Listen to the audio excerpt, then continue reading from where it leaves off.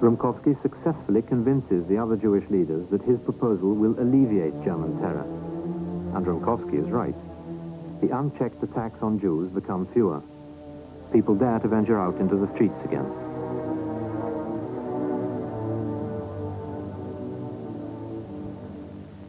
But on the 23rd of September, the German decree is handed down. Throughout Poland, the Germans establish so-called Jewish councils. They enlist Jews who are forced by the Nazis to accept the appointment. The Germans call the Jewish council leader Elder of the Jews. The organizing of Jewish councils is to become a significant component in German extermination strategy. The Jews themselves are to be induced to tie the nooses round their own necks.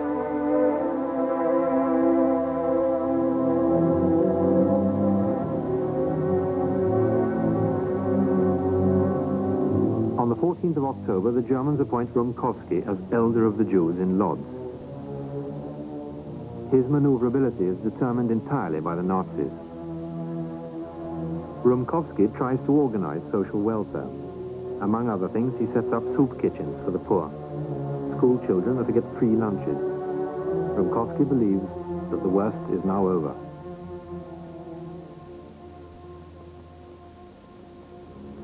But on the 10th of November 1939, the terror begins again.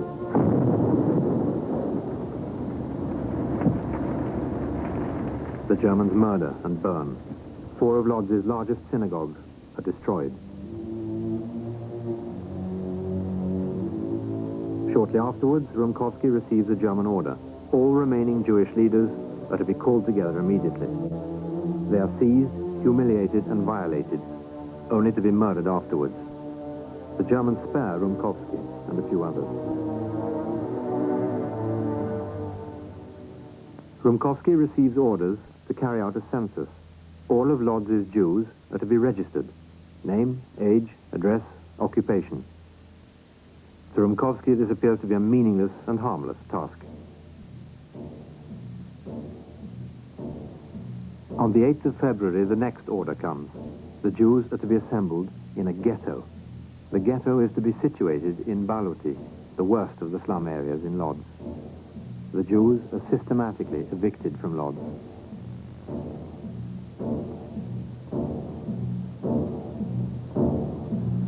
But the process is too slow. On March the 6th, the Germans shoot 200 Jews at random. Frightened, the Jews rush into the ghetto area. By May the 1st, 1940, all the Jews of Lodz have been gathered in the ghetto. The sanitary conditions are vile.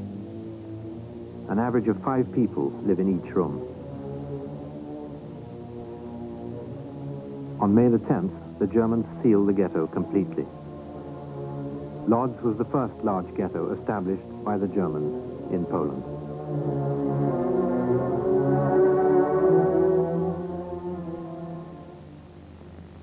A special currency is introduced. This money is completely worthless outside the ghetto. It is forbidden to trade in any other currency than ghetto money. Rומkobsky is ordered to exchange the Jews' money and valuables. For these, Rומkobsky will be able to buy food from the Germans, and the Germans set the prices. By doing this, the Germans confiscate the Jews' assets.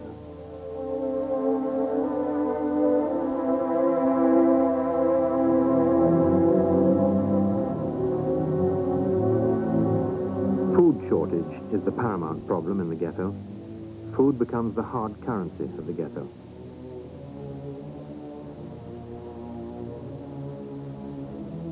Rומkobsky cannot count upon any help from the outside. Round the ghetto, the Germans prepare space for so-called Volksdeutschen, Germans with Polish citizenship. The establishment of these honorary Germans means that the Jews are surrounded by a hostile and dangerous element. The ghetto is most efficiently isolated. For black market operators, it's not even worth the trouble of trying to sell food to the ghetto Jews. They can only be paid in worthless ghetto money.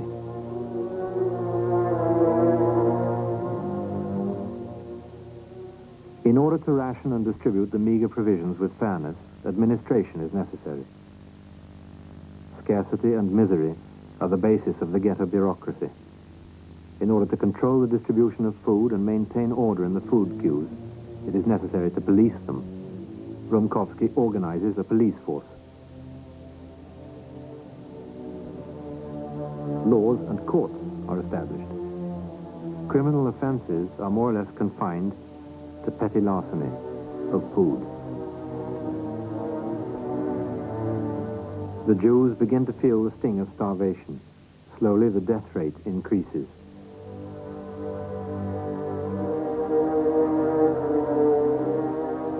Rומkobsky has an idea. The Jews can be kept alive through work. Rומkobsky contacts Hans Bebov, head of the German ghetto authorities. Bebov is positive to the proposal and encourages Rומkobsky. And Bebov gets support from Berlin to develop ghetto industry. The organizing is begun. The ghetto can purchase raw materials from the Germans. The Jews convert these materials into finished products, mainly textiles, and the Germans pay Rומkobsky with food and new raw materials. Bebov is anxious to develop industry in the ghetto. For the Germans, the ghetto industry becomes most profitable, especially for Bebov, who, with his position as middleman between the ghetto and its German customers, can divert large sums straight into his pocket. For Rומkobsky, the industrialization of the ghetto is a chance to obtain food for its inhabitants. Rומkobsky believes that industrializing the ghetto will save the Jews. Through their work, they can support the German war economy, which is becoming more and more strained. The Jews of Lodz are to be indispensable for the Germans.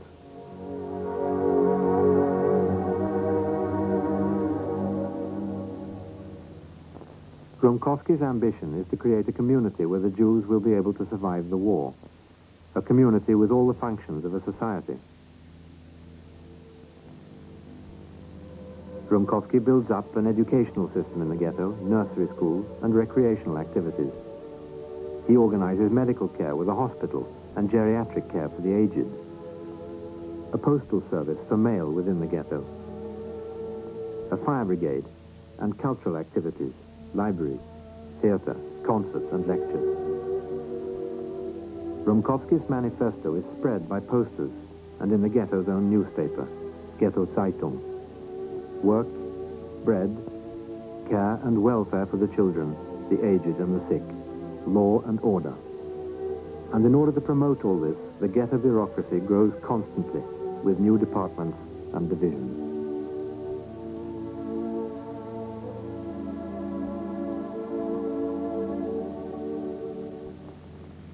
The Germans need Rומkobsky as leader of the ghetto Jews. Rומkobsky is to be seen as responsible for the starvation, sickness, and hardships. Any protests from the inhabitants of the ghetto are to be directed against the Jews' own leader and not the Nazis. In the ghetto, there are different views about how to protect yourself from the Nazis. But neither the remnants of the Zionists nor the socialist parties are able to offer a credible alternative to Rומkobsky's policies.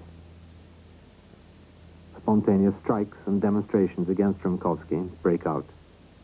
However, Rומkobsky succeeds in crushing all resistance. He emerges even more than before the indisputable leader of the ghetto. But Rומkobsky's maneuverability is minimal. The Germans make all decisions, and if Rומkobsky questions anything, they threaten to kill him.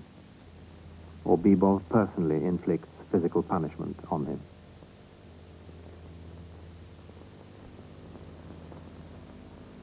Lodz is a textile city.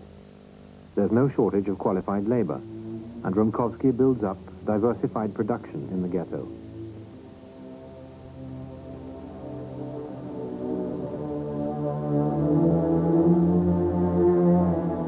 But regardless of how much Rומkobsky increases the productivity of the ghetto's industry, he can never cope with the starvation. Through their price system, the Germans have complete control over the Jews' food supply. Low prices for the ghetto products, high prices for raw materials, and high prices for the food the ghetto can buy, means that the ghetto is caught in a vicious whirlpool of price cuts. Rומkobsky utilizes the most modern industrial methods. the working pace becomes faster and faster. But however hard the work, there is no increase of food. On the contrary, starvation increases, and the ghetto's death rate rises constantly.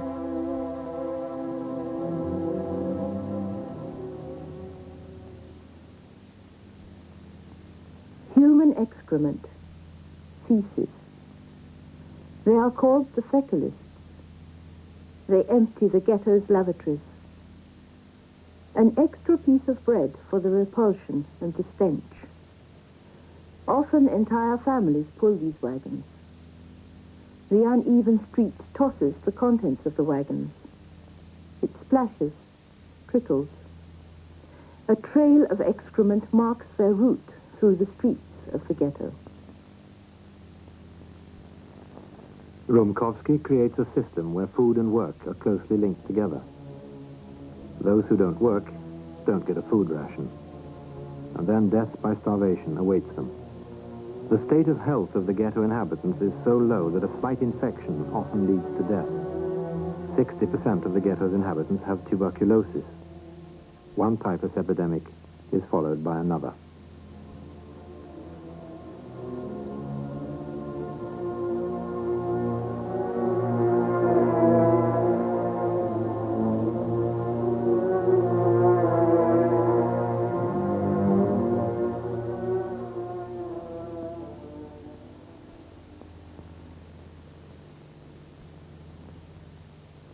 Rומkobsky was a leader with socio-political ambitions.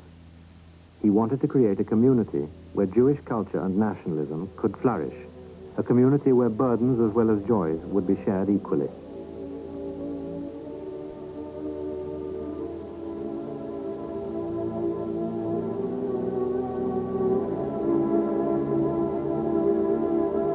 Business and industry were to be conducted by the community. Care for the children, the aged, and the sick were to be of primary concern.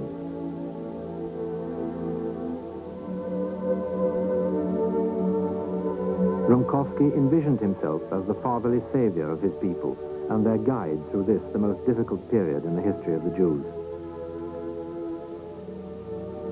Artists were engaged to paint portraits of the elder of the Jews. The ghetto newspaper published poems in Rומkobsky's honor.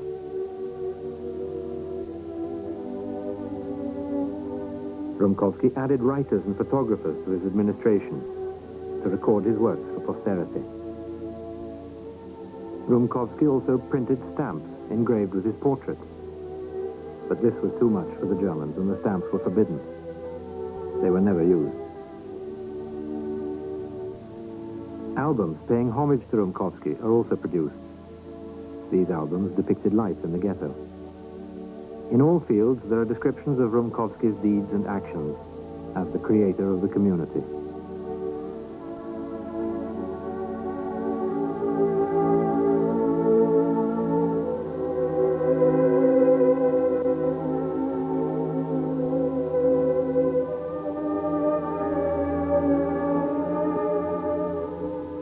The turning point is a staggering blow.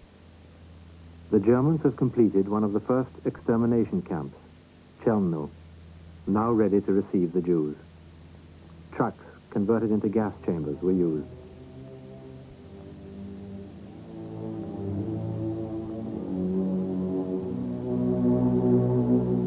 Construction had also begun on the large death factories. Slave workers are building Auschwitz.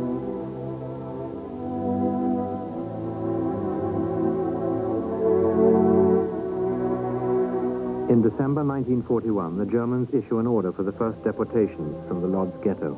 The deportations are called resettlements. They tell the Jews that they're being sent to work somewhere else. 20,000 Jews are to be resettled. Rומkobsky protests to the Germans. He tries at least to reduce the number. He proposes to the Germans that they be satisfied with 10,000. 20,000 would reduce the ghetto's productivity too much, Rומkobsky argues. But the Germans know that it is among the least productive that Rומkobsky will be forced to select the stipulated number of Jews. Maintaining productivity was, in fact, Rומkobsky's only weapon, his strategy for survival.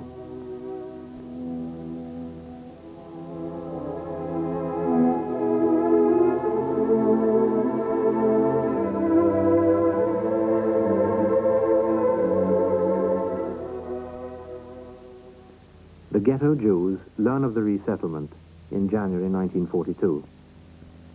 Addressing the inhabitants, worried and frightened, Rומkobsky pleads for help with this, the most difficult task: the selection of ghetto Jews to be resettled. There is a proposal that the old and the sick should go first. Others think that only complete families should be sent away, so that the weak can get help from the stronger.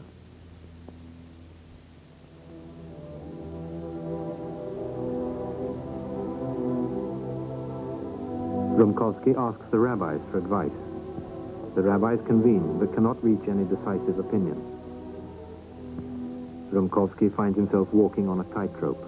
On one side, there is the Germans' irrevocable demand for 20,000 Jews. On the other, how can he act so that the Jews do not lose confidence in their leader? Time is running out, and Rומkobsky will soon be forced to present a proposal. First, the criminals.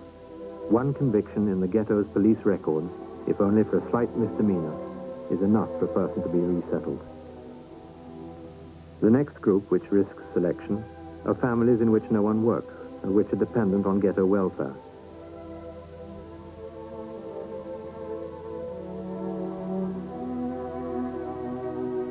There is another group which risks getting onto the deportation lists: Rומkobsky's enemies, those whom Rומkobsky claimed worked against him and against his plans. A special resettlement committee is formed. Information collected during the census at the beginning of the occupation becomes the basis for organizing the resettlement.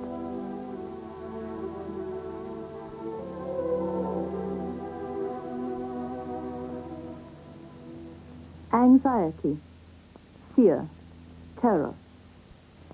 Transfer me and my wife if you wish, but leave our 18-month-old baby, writes Jacob Gershom Berkowitz in a letter to the Resettlement Committee.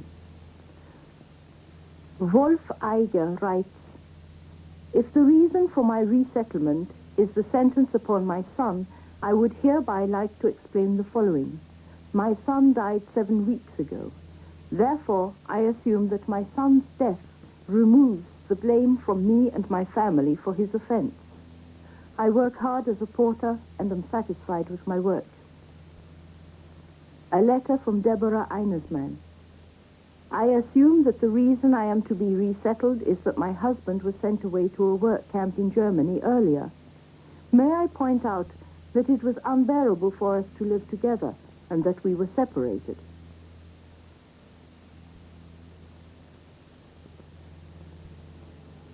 In an atmosphere of a state of emergency, the entire ghetto is mobilized.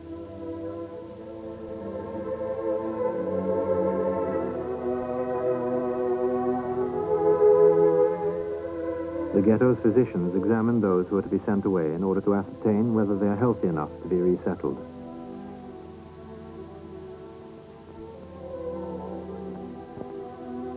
There is hope that this resettlement is a single occurrence, and that if only the German demands are fulfilled, there will soon be peace and quiet in the ghetto again. Despite the fact that this is a tremendous defeat for Rומkobsky's plans, the transfer is an organizational success. Everything is carried out with calm and discipline. The Jewish police maintain order. At the railway wagons, Germans take over.